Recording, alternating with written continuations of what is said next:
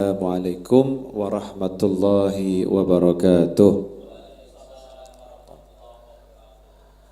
Hadirin yang dimuliakan Allah, para pemirsa dimanapun Anda berada yang dimuliakan Allah Subhanahu wa Ta'ala.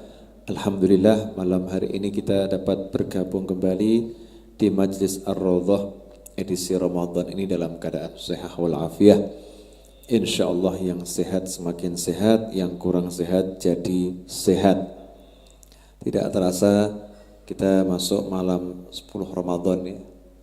Kita waktu itu yang pertama Ramadannya kan malam Rabu, malam Kamis, malam Jumat, malam Sabtu, malam Minggu, malam Senin, malam Selasa, malam Rabu, malam Kamis, malam Jumat. Ini sudah malam ke-10. Malam ke-10 berlalu tanpa terasa, jadi cepatnya luar biasa. Ini merupakan juga salah satu bukti mukjizatnya Nabi Muhammad SAW yang mana Rasulullah sudah memberitahukan. Jadi kalau Rasul itu bukan memprediksi ya. Prediksi itu punyanya orang-orang yang gak ngerti. Perkiraan itu punyanya orang-orang yang gak ngerti. Kalau Nabi Muhammad SAW bukan memperkirakan, tapi akhbar, memberitahukan. Rasul sudah memberitahukan bahwasannya nanti kalau kiamat itu sudah dekat, maka keberkahan waktu itu sedikit dicabut, sedikit demi sedikit dicabut. Yang 1 tahun rasanya seperti 1 bulan, yang 1 bulan seperti 1 minggu, yang 1 minggu seperti satu hari. Nanti seperti itu, dan kita betul-betul terasa nih, ini 10 hari kok rasanya seperti cuman 1 atau 2 hari, cepatnya luar biasa. Nah di tengah-tengah perjalanan waktu yang tidak terasa ini yang begitu cepat, alhamdulillah kita diberi Allah taufik sehingga kita bisa mengisinya dengan bersama-sama mengkaji sejarah kehidupan para nabi dan rasul, qisasul anbiya, dan khususnya kita lagi membahas kisah Nabi Sulaiman alaihissalam. Semalam kita nyampe pada kisah ketika Ratu Balqis mengirimkan utusan membawa hadiah kepada Nabi Sulaiman alaihissalam, kemudian utusan itu ditolak hadiahnya oleh Nabi Sulaiman. Ya, hadiahnya ditolak. Artinya Nabi Sulaiman tidak bisa diiming-imingi dengan harta. Di mana kebanyakan orang kalau diiming-imingi harta udah selesai. Ya, udah selesai, cukup. Tujuannya menjajah suatu negeri kan pengen dapat hartanya. Nah ini kalau udah mau ngasih upeti, ngasih harta kan selesai. Tapi Nabi Sulaiman kan tujuannya bukan itu, bukan mau menjajah, bukan. Tujuan Nabi Sulaiman alaihissalam memerintahkan Balqis untuk tunduk adalah mengajak mereka semua menyembah Allah Subhanahu wa Ta'ala. Itu yang lebih penting dan itu yang sangat penting, bukan urusan harta atau apapun. Diceritakan di dalam surat An-Naml ayat yang 37, ketika Nabi Sulaiman menolak hadiah tersebut, beliau melanjutkan pernyataannya dengan kalimat irji' ilaihim falana'tiyannahum bijunudin la qibala lahum biha walanukhrijannahum minha adillatan wa hum saghirun. Kembalilah kepada mereka, kata Nabi Sulaiman kepada utusan tersebut, kamu balik kepada mereka, Balqis dan para pembesar, bawa ini hadiah kamu pulang. Ingat, sampaikan kepada mereka semua, kalau kami pasti akan mendatangi mereka dengan bala tentara yang mereka tidak mampu melawannya.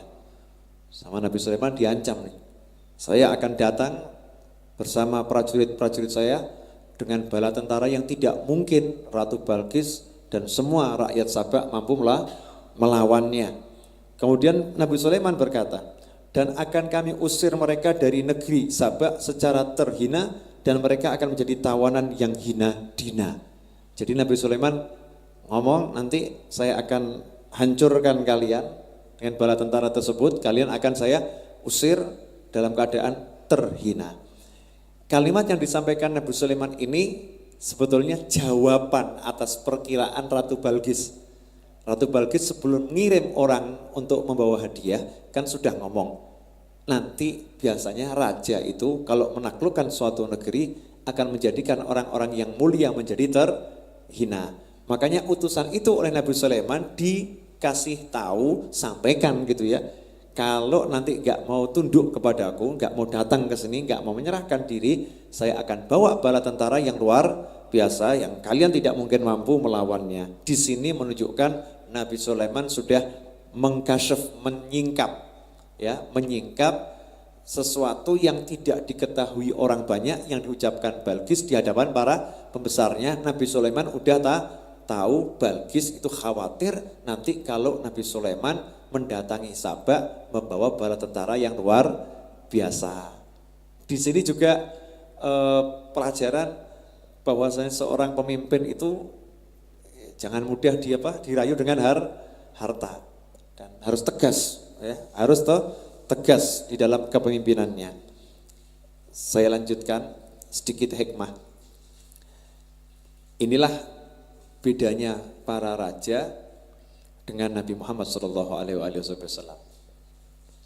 Kalau para raja biasanya menaklukkan suatu negeri, maka yang di negeri itu jadi terhina. Negeri itu jadi terhina. Lain dengan Nabi Muhammad SAW. Ketika Fathul Mekkah, Rasulullah SAW menundukkan Mekkah, mengambil alih kuasa Mekkah. Apa yang dilakukan? Rasulullah SAW masuk ke dalam kota Mekkah dengan merendahkan diri beliau, tawadhu setawadhu-tawadhunya. Beliau sampai ketika naik kuda itu, naik kendaraannya, naik tunggangan beliau tidak membusungkan dada, tapi beliau itu merunduk sampai karena merunduk yang begitu hebat, dada beliau ini menjadi satu dengan punggung kuda. Artinya seperti orang yang tidur di atas kuda, karena tidak mau masuk Mekah walaupun menang bawa tentara yang luar biasa, beliau tidak mau masuk dengan membusungkan dada, justru merendahkan diri kepada Allah Subhanahu wa taala. Ini Nabi Muhammad SAW. Dan di situ Rasul tidak menjadikan orang-orang yang mulia di Mekah menjadi hina, justru Rasul menawarkan orang-orang yang di Mekah yang mulia menjadi semakin mulia. Di mana Rasul mengatakan siapa pengen selamat ke rumahnya Abu Sufyan, siapa pengen selamat ke Ka'bah. Justru ini orang-orang yang mulia oleh Rasul dimuliakan, masuk rumahnya selamat. Ini suatu akhlak yang luar biasa dari Nabi Muhammad SAW. Bahkan ketika mereka semua menyerah sama Rasul, tidak dijadikan tawanan perang, tidak dibantai, tidak dibunuh. Di situ Nabi Muhammad SAW bersabda, idhabu fa'antum tulaqa. Pergilah kalian, pulang ke rumah masing-masing, kalian bebas, kalian merdeka, tidak ditawan. Padahal itu semuanya orang-orang yang dahulu melempari Nabi, yang ganggu Nabi, yang nyakiti Nabi, yang menghina Nabi, yang mencela Nabi, yang memboikot Nabi Muhammad SAW. Semuanya dibebaskan. Idhabu fa'antum tulaqa. Pergilah kalian semua, kalian bebas, tanpa ditawan, tanpa dipungut apa-apa. Ini bedanya Nabi Muhammad SAW dengan yang lain. Inilah termasuk kemuliaan akhlak Rasulullah SAW. Nah, hadirin dimuliakan Allah. Ada yang nanya SMS ke saya, Bib, kita ini kan umatnya Rasulullah SAW. Apa kita boleh ngambil teladan dari Nabi Sulaiman? Ada yang nanya begitu, bukankah cukup Rasulullah SAW sebagai suri teladan kita? Kenapa kita masih ngambil teladan dari Nabi Sulaiman? Jangan salah, ya. Kita ini oleh Rasulullah SAW disuruh belajar dari semua Nabi dan Rasul. Bahkan disuruh belajar dari manusia yang lain, manusia biasa. Kalau di situ dia punya nilai yang bagus atau contoh yang bagus, kita disuruh mengambil sebagai suri teladan. Karena sebetulnya semua akhlak yang ada dalam diri para nabi dan semua akhlak yang ada di dalam diri manusia itu miliknya Nabi Muhammad SAW. Nah, kalau Rasul sendiri SAW oleh Allah diperintahkan untuk mempelajari sejarah kehidupan para nabi dan Rasul yang terdahulu, diceritakan oleh Allah, didongengi, tapi kisah nyata ini oleh Allah Subhanahu wa taala. Ceritanya para nabi dan rasul untuk memetik pelajaran agar hatinya semakin kuat.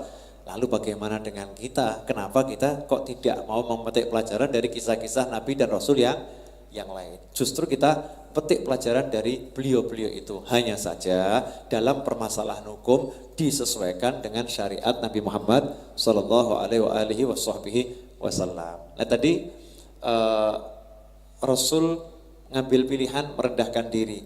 Nabi Sulaiman bukan tidak merendahkan diri. Nabi Sulaiman dalam posisi ingin memberikan ancaman. Dalam posisi memberikan ancaman. Nah ini semua bisa kita pakai.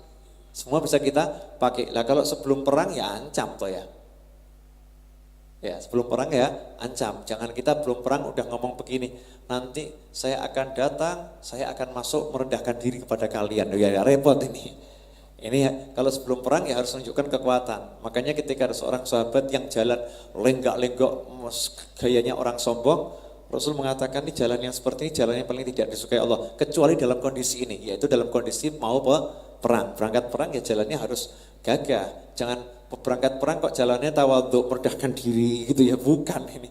Nanti musuhnya ngomong ini modelnya krempeng-krempeng, loyo-loyo ini sikat aja. Nah, mau berangkat perang kan nunjukkan yang gagah. Semua ada porsinya dan ada tempatnya masing-masing. Nah Rasul tadi sudah menaklukkan kota Mekah. Kota Mekah sudah dikuasai Rasul SAW. Makanya Rasul juga merendahkan diri serendah rendahnya di hadapan Allah Subhanahu wa Ta'ala. Kebanyakan raja, bukan Nabi Sulaiman ya, kebanyakan raja kalau udah menang masuk kota itu masih menyombongkan diri, busungkan dada, menunjukkan keangkuhannya. Kalau Nabi Muhammad SAW, para anbiya wal mursalin tidak seperti itu. Nah, di sini ketika utusan ini pulang, yang tadi diancam oleh Nabi Sulaiman pulang ke kerajaan Sabak, itu kan dia pulang butuh waktu yang lama, 1000 kilo. 1000 kilo itu kira-kira Solo Jakarta PP.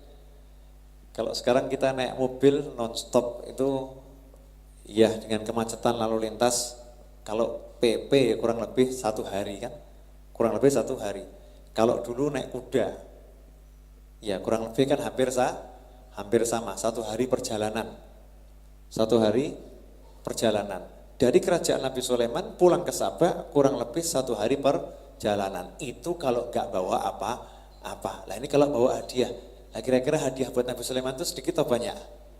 Tentu kan banyak sekali, makanya butuh waktu.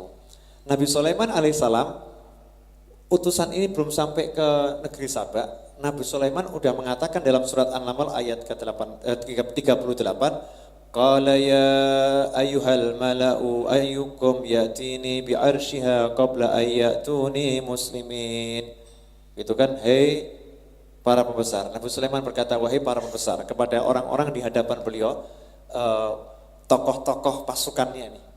Tokoh-tokoh pasukannya, ada manusia, ada jin, yang pembesar-pembesarnya nih.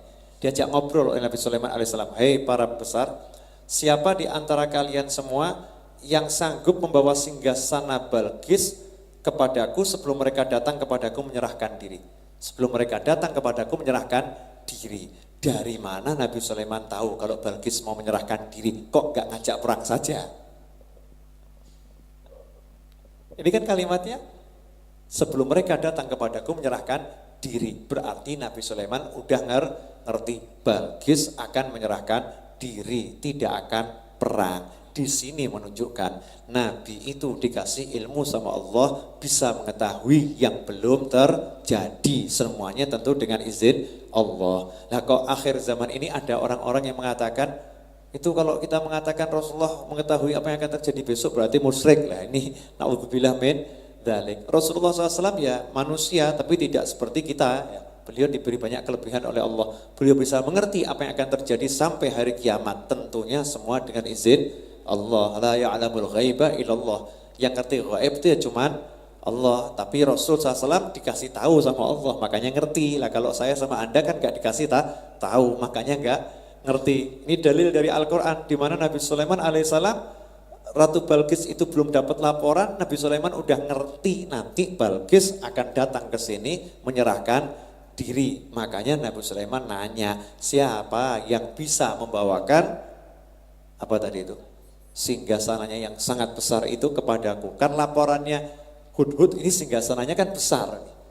Makanya diajak ngomong yang tokoh-tokoh khusus. Siapa yang sanggup membawakan singgasananya kepadaku? Pertanyaan, emangnya Nabi Sulaiman nggak sanggup?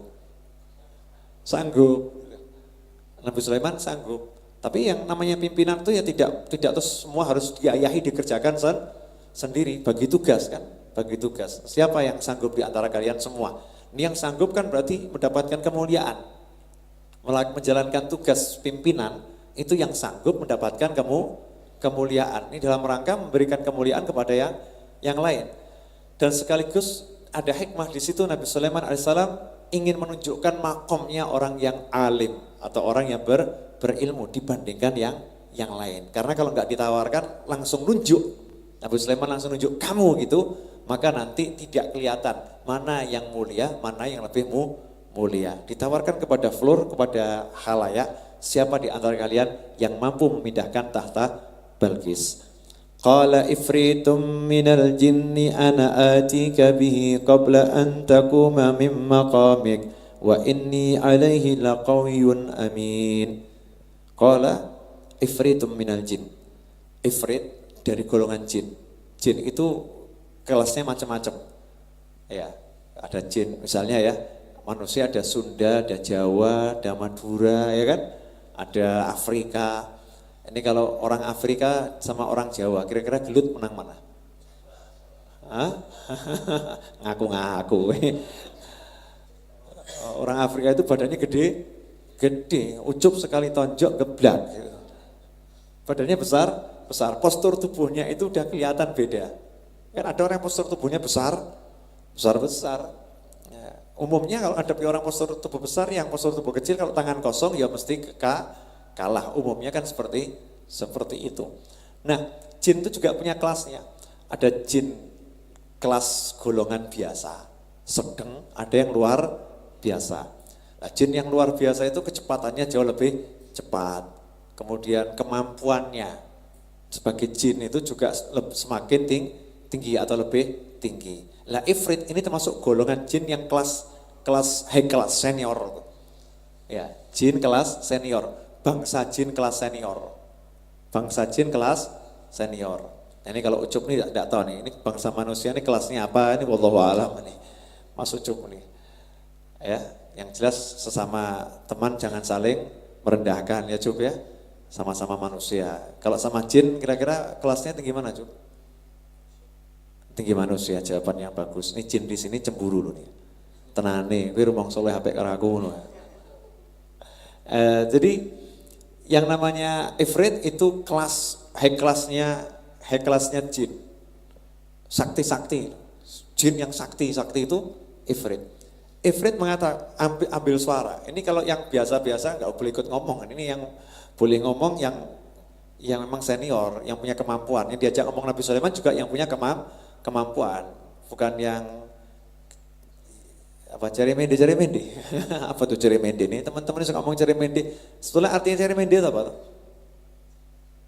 Orang muda ngerti ini ya ngomong gitu. Sama saya ini juga nggak ngerti tapi juga ngomong. Kita ini suka ngomong sesuatu yang kadang kita nggak ngerti artinya tapi tahu maknanya gitu ya. Tahu maknanya. Wah yang kelas apa ya? Kelas tri gitu ya. Kelas tri karena tri itu kecil, nggak usah ikut ngomong. Yang boleh ngomong yang punya kemampuan. Yang diajak ngomong juga yang punya kemampuan. Ifrit ngomong, saya ya, atika bihi qabla an takuma min maqamik. Saya sekarang ini akan ambil tahta Balqis, saya akan bawa ke sini dan akan udah sampai ke sini tahta Balqis sebelum engkau selesai mengajar. Min maqamik itu artinya selesai mengajar. Nabi Sulaiman itu waktunya mengajar dan menyelesaikan fatwa-fatwa, ada orang nanya macam-macam, kurang lebih 2 jam, 3 jam, 4 jam. Lama. Waktunya lama. Ifrit mengatakan, ya kurang lebih sekitar itu. Sekitar 2 jam saya udah bawa tahta Balqis ke sini. Berarti kecepatan Ifrit kurang lebih seperti kecepatan 2 kali pesawat. Ya 1000 km PP cuma 1 jam itu kan, apa 2 jam kan berarti kan 2 kali pesawat. Dia kecepatannya kan luar biasa. Bukan masalah cepatnya, yang jadi masalah juga ngambil tahta itu dari pengawalan istana Balkis itu enggak gampang. Jangan dikira Balkis enggak punya jin juga gitu ya. Nah, dia kan juga punya orang-orang pinter. Tentunya enggak mudah ngambil tahta itu ya. Enggak seperti ngambil laptopnya Mas Mas Roni. Ini laptopnya Mas Roni tadi sore tadi sahur diambil orang gitu ya. Itu lebih gampang untuk ngambil laptopnya Mas Roni. Tapi kalau mengambil tahta Balkis, ya, ambil tahta Balkis itu kan dijaga dengan penjagaan yang luar biasa. Ini kerajaan. Kalau sampai singgasana rajanya itu hilang, berarti podo wae dengan kerajaannya hilang. Kalau singgasananya hilang, berarti sama saja dengan kerajaannya hilang. Makanya nih, yang intinya kerajaan ya tahta itu kan singgasana harus dijaga ketat. Ifrit memperkirakan sudah pokoknya sekitar 2 jam 3 jam nyampe di sini. Bukan masalah jauhnya, cepatnya, tapi tidak mudah ngambil tahta Balkis. Ternyata di situ ada satu orang yang punya ilmu. Qala alladhi 'indahu 'ilmun minal kitabi ana atika bihi qabla an yartadda ilaika tarfuk. Coba nih. Di sini orang tuh kalau ditawari siapa yang bisa ya cuma meneng wae meneng. Wis bendeki biar dia. Jangan. Kalau ditawari siapa yang bisa, kalau yang mampu ya ngomong. Bukan berarti kemudian kalau ngomong sombong ya enggak. Kalau enggak ngomong tambah salah. Ya, siapa yang bisa ngangkat meja meneng biar dia. Sudah cukup dia. Jangan. Ya, yang punya kemampuan dia harus menunjukkan kemampuannya. Ngomong itu ditanyakan siapa yang mampu. Nah, itu Ifrit menunjukkan kemampuannya, kan udah cukup cepat sebetulnya, sudah cukup cepat. Makanya prinsip Nabi Sulaiman ini harus kita pakai. Ini prinsip Nabi Sulaiman ya, lebih cepat, lebih baik.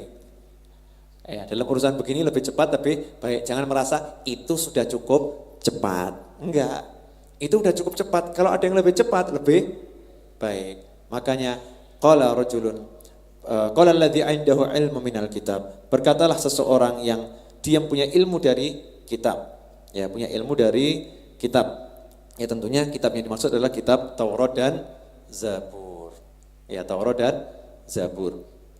Maka disitulah orang yang punya ilmu dari kitab ini bukan seorang nabi, bukan seorang rasul. Dia muridnya Nabi Sulaiman alaihi salam. Manusia, bukan jin. Ya, dia manusia, bukan jin. Ngomong, angkat bicara, punya ilmu. Yang ditekankan sama Allah di sini bukan orang yang gagah, bukan orang yang kuat, bukan orang yang kaya, bukan. Qala alladzi 'indahu ilmun minal kitab. Orang yang punya ilmu. Di sini Allah pengen menunjukkan kelebihannya orang yang alim dibandingkan siapapun, termasuk dibandingkan jin kelas ifrit sekalian. Ini orang yang alim. Makanya orang yang alim itu didatangi jin macam-macam, ya orang gagas. Neng apa? Lu ilmune luwe dhuwur. Oh, saya bantu ini, enggak usah. Kenapa? Lebih tinggi ilmunya, mampu dia kok. Dia mampu, enggak bergantung kepada jin dan lain sebagainya. Memang dia punya keilmuan yang lebih tinggi. Justru dia didatangi jin itu untuk belajar. Saya mau ambil ilmunya. Nah, disinilah yang punya ilmu dia berkata. Coba kalimatnya nih. Ana atika bihi qabla an yartadda ilaika tarfuk. Lah kalau Ifrit bilang tadi sebelum kamu selesai ceramah, kesuwen. Saya akan datangkan sekarang juga. Saya akan datangkan sekarang juga. Bukan saya akan pergi ngambil, enggak. Saya akan datangkan sekarang juga sebelum matamu itu berkedip terus melek lagi gitu ya. Istilahnya cuman setengah kedip mata, kan mata kalau kedip kan gitu. Terpejam, kemudian melihat lagi kan. Terpejam, melihat. Ini baru terpejam, belum kembali, artinya setengah kedip mata sudah sampai di sini. Jadi itu begitu ngomong ya langsung nyampe. Ini teknologinya apa ini? Bukan cuman ngangkatnya loh ya, bukan cuman ngangkatnya. Lah ngeluarkan itu dari istana Balkis itu enggak gampang loh. Punya ilmu dari kitab. Lah kalau orang yang punya ilmu dari kitab Taurat, punya ilmu dari kitab Zabur, bisa berbuat seperti itu. Dan jenengan punya ilmu dari Al-Qur'an kok enggak bisa, tuh yang salah siapa berarti? Paham maksudnya enggak? Jadi kalau ada orang-orang soleh punya kelebihan macam-macam, yaitu memang punya ilmu dari Al-Quran. Ya, punya ilmu dari Al-Quran. Nah kalau yang baru tahu sedikit rahasia Taurat, Zabur bisa seperti itu. Nah yang bisa tahu rahasia Al-Quran kira-kira bagaimana? Nah kalau muridnya Nabi Sulaiman bisa seperti itu, kira-kira muridnya Nabi Muhammad SAW bisa apa? Al-Quran ini super, yang paling lengkap itu adalah Al-Quran. Semua wahyu Allah sempurna, nggak ada yang nggak sempurna. Taurat sempurna, Zabur sempurna, Injil sempurna. Cuman Al-Quran ini yang paling lengkap. Lah kalau tahu dari Taurat, tahu dari Zabur, ilmu minal kitab, sebagian udah bisa berbuat seperti itu, memindahkan tahta Balqis setengah kedip mata. Kira-kira yang tahu rahasia Al-Quran bagaimana? Makanya kalau para aulia sholihin itu bisa sebentar di Mekah, sebentar di Madinah, sebentar di Solo, sebentar di Amerika, ya pindah-pindah kemana-mana, cuman setengah kedip mata itu nyampe, itu hal yang biasa, bukan yang luar biasa untuk para aulia wassolihin. Dikatakan para wali itu berjalan bukan dengan jalan, berjalan dengan hati. Jadi hatinya pengen ke Mekah ya sampai Mekah, Mekah sampai Mekah. Hati yang ngomong Solo sampai Solo, hati yang bilang Bekonang ya sampai Bekonang. Ya, mau ilmunya enggak? Mau, sama. Saya juga mau. Saya diundang pengajian gak repot ya. Wonosobo nyampe gitu. Pengen punya ilmunya. Caranya bagaimana? Ya pelajari itu rahasia Al-Quran ya. Dipelajari betul nanti ya bisa dapat.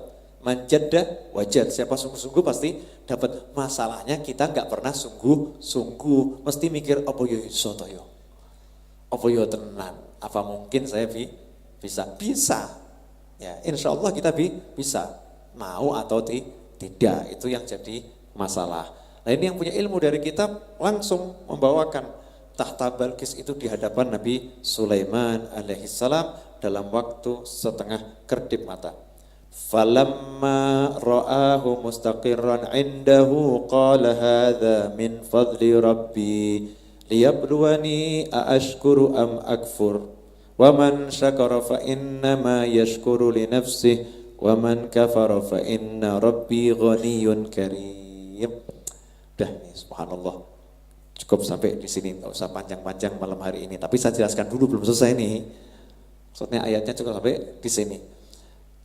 Walaupun ini nggak panjang-panjang, udah berapa menit nih Mas Eto nih? 28, ya 20 menit lagi selesai. Satu ayat ini insya Allah 20 menit, insya Allah.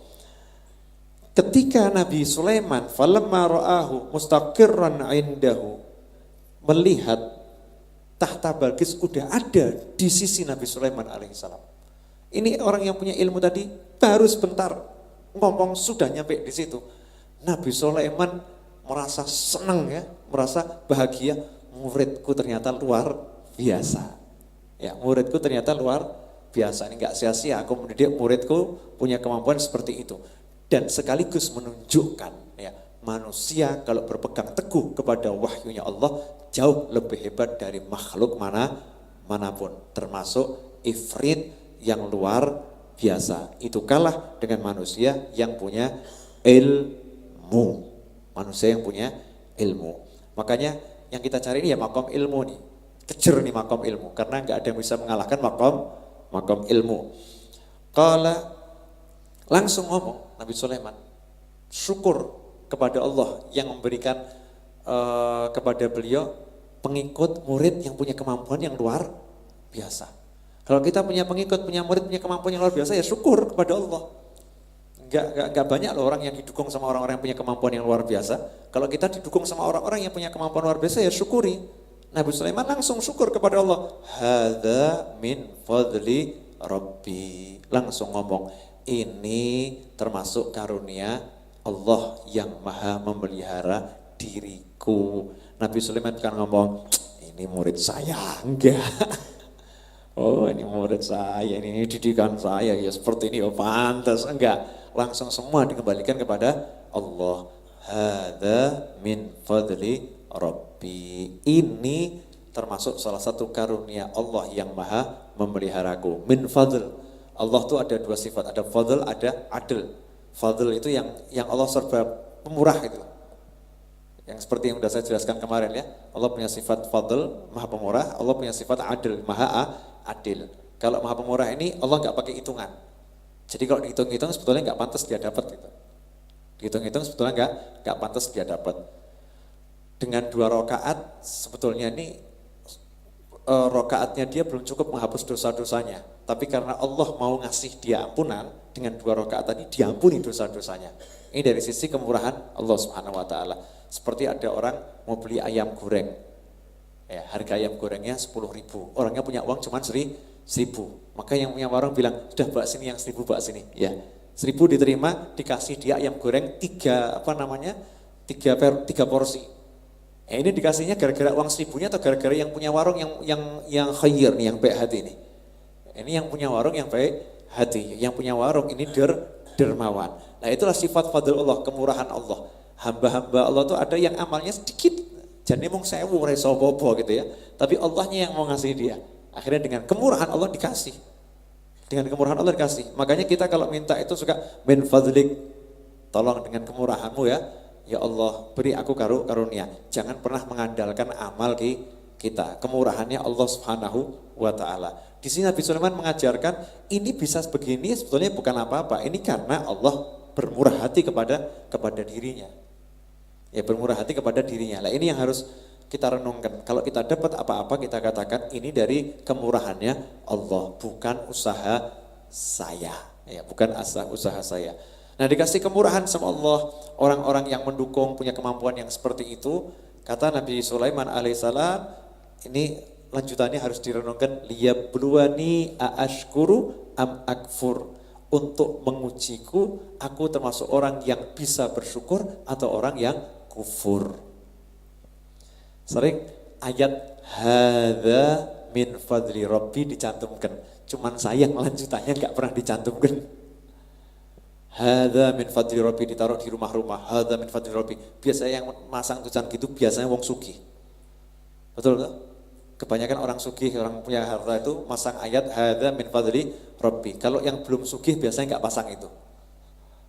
Ayo coba Anda kalau pergi ke rumahnya orang yang berharta, di situ nanti ada potongan ayat Al-Qur'an dalam bentuk kaligrafi hadza min fadli rabbi.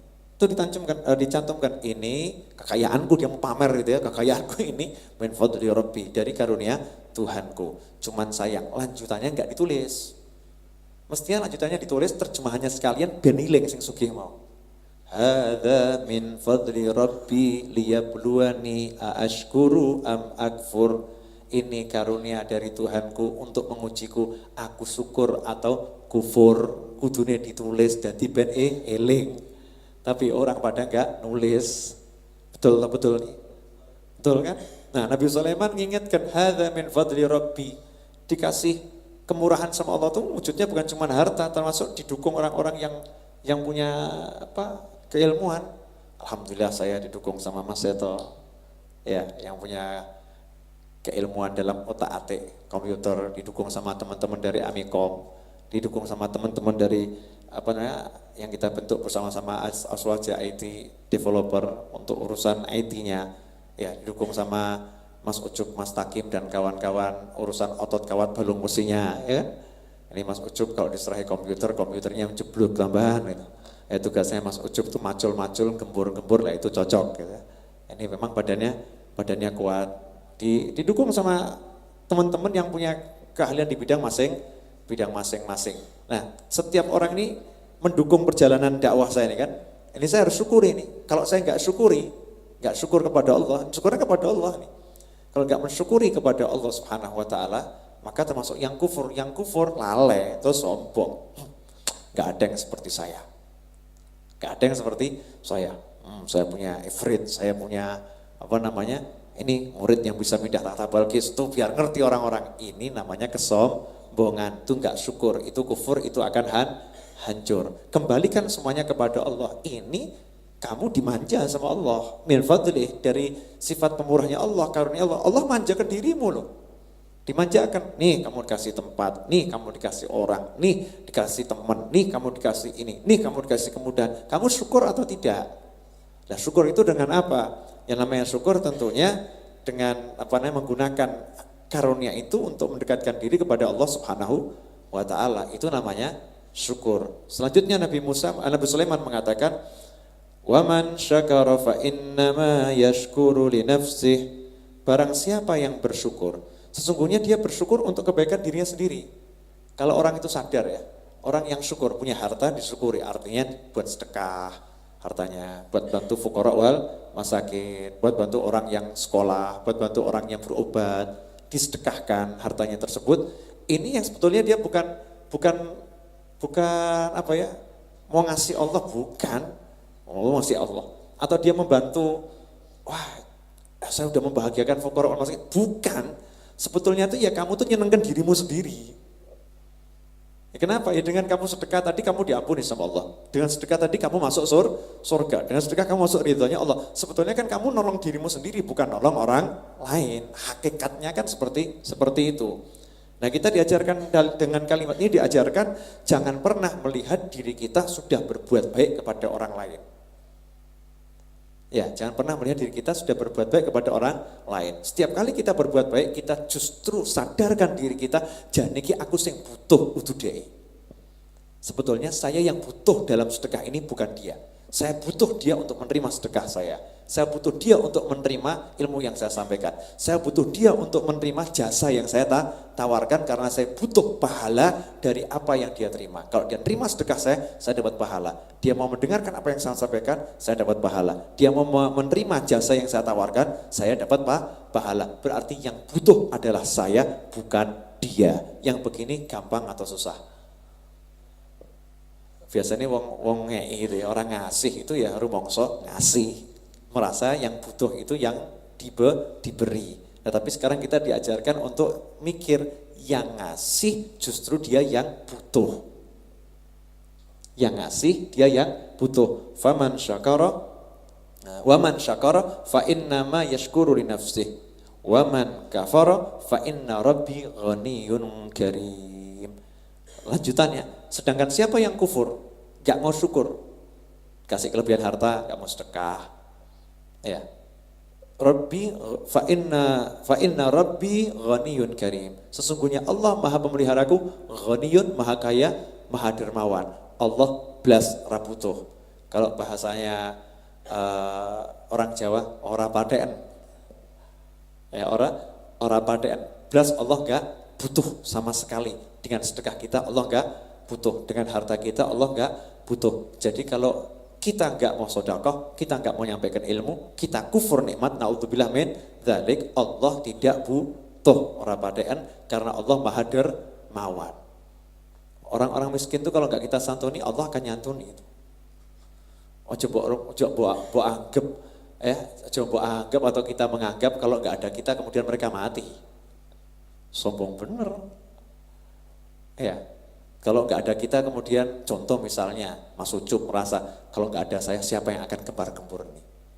Siapa? Orang yang Ucup ono Takim ono Roni, Roni Rano Pak Tarmin ada Mas Budi nggak ada mbuh Mas Opom, Mas Agus gitu kan? Artinya kita ini jangan merasa keberadaan kita itulah yang membuat sesuatu itu bisa berjalan dengan baik. Enggak. Allah tuh yang membuat bisa tuh Allah.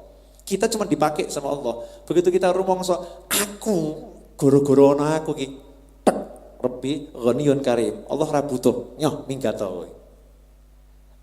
Ya, pergi kamu. Allah akan kirimkan orang lain. Sama juga ustaz ya, ulama ojo rumongso yen ora ana aku goblok kabeh iki. Ini kalau enggak ada saya semua akan bodoh, akan tersesat semuanya. Ora butuh kowe. Kamu nggak ada, Allah akan kirimkan orang lain. Ya, Allah akan kirimkan orang lain karena itu urusannya Allah Maha Kaya. Allah nggak butuh sama kita, sing butuh tuh kita, bukan Allah. Makanya dalam kita berdakwah, dalam kita bekerja, dalam kita bersedekah, jangan merasa kalau tidak ada saya kiamat dunia ini, tidak ada saya hancur semuanya. Ini kesombongan yang tersembunyi, takabur yang seringkali tidak disadari. Paham? Jadi jangan pernah merasa goro-goro aku karena saya. Semua adalah karena Allah Rabbul Alamin. Cukup jelas? Ya Alhamdulillah. Berapa menit Mas Eto? 41 menit. Nah malam hari ini special edition ya. Gak usah lama. Sedikit tapi ini kira-kira cukup mantep enggak ini? Mantep ya? Mantep apanya? Sedikitnya. Mantep sedikitnya. Saya garis bawahi untuk para pemirsa dimanapun Anda berada, terima kasih masih bergabung bersama kami di Majelis Ar-Raudhah. Dan terima kasih atas kebersamaannya selama ini ya. Jadi tadi yang nanya via SMS kepada saya dari Jakarta, apakah boleh saya ngambil suri teladan dari Nabi Sulaiman? Sangat boleh dan sangat harus. Ya sangat harus. Jangankan dari Nabi Sulaiman, namun dari manusia biasa kita disuruh ngambil suri teladan. Al-hikmah dhalatul mu'min. Hikmah itu barang dagangannya mukmin. Dimanapun kita dapatkan ya kita ambil. Makanya Khalifah Ali bin Abi Thalib karramallahu wajhahu berkata, "Undzur maqal wala tandzur man qal." Lihatlah apa yang diucapkan, jangan melihat siapa yang mengucapkan. Yang diucapkan itu baik, ya ambil. Yang mengucapkan masalah, yang mengucapkan itu pemabuk, yang mengucapkan itu perampok, kalau omongannya baik ya diambil. Ya. Tapi kita harus ngerti dulu nih baik atau enggak baik. Nah untuk ngerti baik atau enggak baik kita harus belajar dari orang yang baik, cari ilmu yang banyak dulu sehingga kita bisa milah-milah. Ini maunya benar atau enggak benar, harus bisa milah-milah, enggak sembarangan juga. Kadang kita kalau ngambil ucapan dari orang yang enggak pas, kita enggak ngerti itu pas atau enggak pas, akhirnya kita telan jadinya juga tidak pas. Tapi ini ada satu statement yang bagus, lihat yang diucapkan, jangan melihat siapa yang mengucapkan. Seringkali tidak kita lihat yang mengucapkan siapa. Kalau yang mengucapkan orang yang kita cintai, kita terima. Kalau yang mengucapkan musuh kita, jangan lagi ya bener, saya ngomong deh, wah aku lah ini sombong ini. Gak boleh seperti itu. Nah kalau dari orang lain aja kita suruh ngambil suri teladan, apalagi dari Nabi Musa alaihissalam, Nabi Sulaiman alaihissalam, Nabi Nuh, Nabi Ibrahim dan lain sebagainya. Makanya di Al-Quran itu kita dikasih kisah-kisah para Nabi ya untuk diambil hikmahnya, dipetik pelajaran dari kisah-kisah tersebut. Bahkan Rasulullah SAW diperintahkan untuk memetik pelajaran dari kisah para Anbiya wal Mursalin, nomor 1 itu. Yang kedua, Nabi Sulaiman alaihissalam udah mengerti kalau Balkis akan tunduk, Balkis akan menyerah. Makanya tahta Balkis dibawa dulu ke istana Nabi Sulaiman, ya dibawa. Ini jangan ngomong ini kadang ada orang kurang ajar. Tuh Nabi Sulaiman ngajari mencuri. Ya, tuh Nabi Sulaiman ngajari mencuri itu kan bukan haknya kok diambil. Namun judulnya saja ini rampasan perang itu akan tunduk semuanya ya. Dan syariatnya juga berbeda dalam pertempuran itu ada hal-hal yang tidak boleh itu jadi boleh. Ini urusannya kan perang, bukan apa namanya, bukan kehidupan normal. Dan di situ Nabi Sulaiman punya tujuan untuk membuat kaget Ratu Balkis, bukan untuk diambil, dipek, bukan. Itu akan diserahkan kepada Balkis kembali. Siasat dalam pertempuran ya, siasat pertempuran untuk buat Balkis itu betul-betul mau masuk dalam agamanya Allah Subhanahu wa Ta'ala. Jangan kemudian nanti ditiru ya, pulang dari sini dengar kajian, oh ya sudah kalau begitu saya mau ambil punya siapa dulu tak jilizik, jangan. Ya Mas Roni sampaikan tuh yang ngambil laptop jenengan gitu ya, biar sadar itu. Doakan saja nanti Mas Roni dapat ganti yang lebih bagus gitu ya. Istri yang solihah gantinya laptop gitu ya, amin. Wah laptopnya hilang ganti ini bojo solihah kok penak tenang gitu ya. Hafidhah. Itu Mas Roni itu wiridnya itu berkat sholawatku dapatkan hafidhah begitu ya. Hafidhah Al-Fatihah atau Al-Ikhlas nggak tahu ya, pokoknya kan hafidhah. Golek sing juz 30 juz kangelan karena sing sak ayat apa sak surat wae sing gampang gitu. Nah, hadirin yang dimuliakan Allah Subhanahu wa Ta'ala. Itu sedikit gambaran ya. Kemudian terakhir kita garis bawahi bahwasannya orang yang alim itu punya kelebihan di atas manusia yang lain, bahkan di atas golongan jin. Makanya jangan mengejar, cari kelebihan-kelebihan. Bisa begini, bisa jangan itu tujuannya. Jangan itu tujuannya. Tujuannya cari ilmu sebanyak mungkin, amalkan. Jenengan itu kalau cari ilmu diamalkan, gak usah nyari keramat. Jadi wes keramat tapi ra kroso. Karamah itu bukan untuk dimuncul-munculkan, enggak. Nanti akan muncul dengan sendirinya.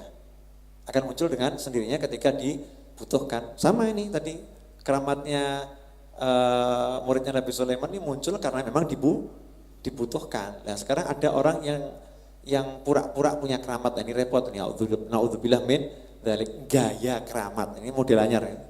Ya gaya punya keramat. Jangan seperti itu. Orang yang punya karamah betul akan semakin merendahkan diri. Dan jangan punya cita-cita pengen bisa begini, pengen bisa begitu yang aneh-aneh dengan cara yang aneh-aneh. Gak usah, fokus aja cari ilmu. Fokus aja cari ilmu dan mengamalkan ilmu, otomatis tuh makomnya udah semakin tinggi di sisi Allah Subhanahu wa Ta'ala. Demikian, semoga manfaat. Terakhir pengumuman dari saya buat para pemirsa dimanapun Anda berada, para pendengar Radio Al Hidayah dimanapun Anda berada, jangan lupa Kamis malam Jumat 25 Juli, Kamis depan ya, Kamis malam Jumat 25 Juli, hadirlah di Majelis Ar-Raudhah jam 8 malam.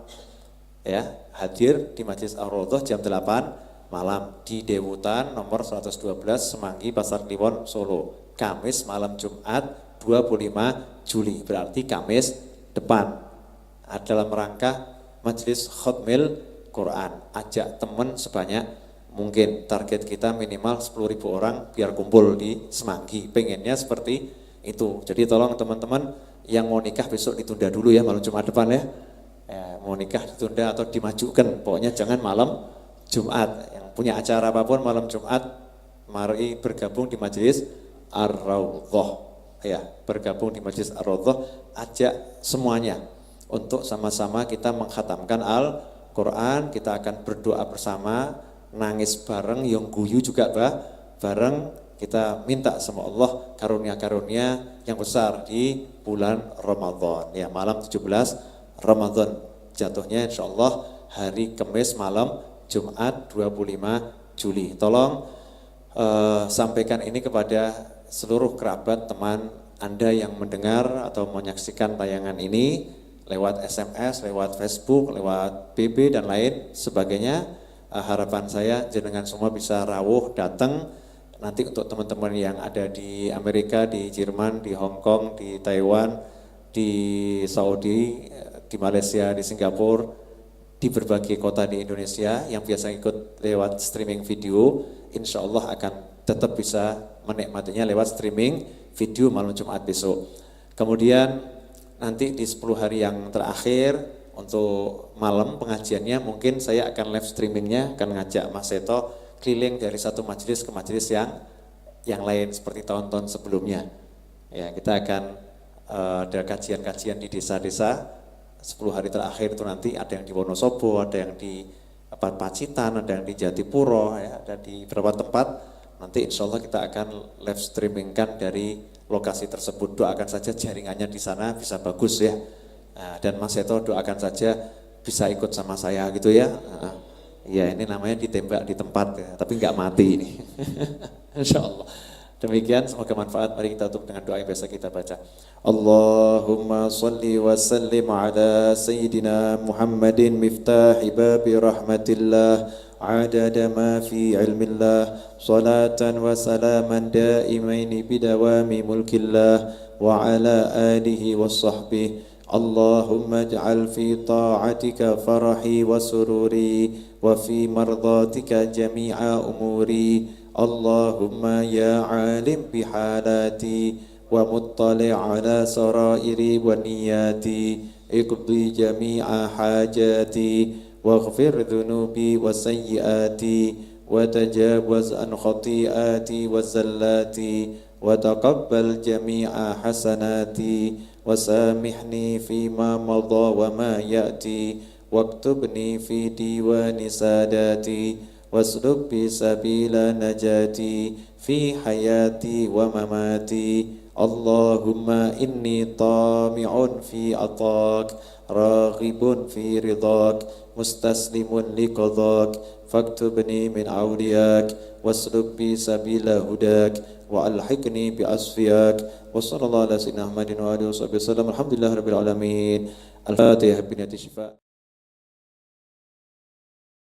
يشفيه بشفاء عاجل الشفاء لا يغادر سقما ويرزقه صحة كاملة ظاهرا باطنا ويؤتي الأمر في طاعته مرة العافية والسلامة والتوفيق والهداية والرضا والعناية في الدين والآخرة وإلى حضرة النبي صلى الله عليه وسلم. الفاتحة. بسم الله الرحمن الرحيم. الحمد لله رب العالمين الرحمن الرحيم مالك يوم الدين إياك نعبد وإياك نستعين اهدنا الصراط المستقيم صراط الذين أنعمت عليهم غير المغضوب عليهم ولا الضالين. Amin. Demikian, terima kasih. Wassalamualaikum warahmatullahi wabarakatuh.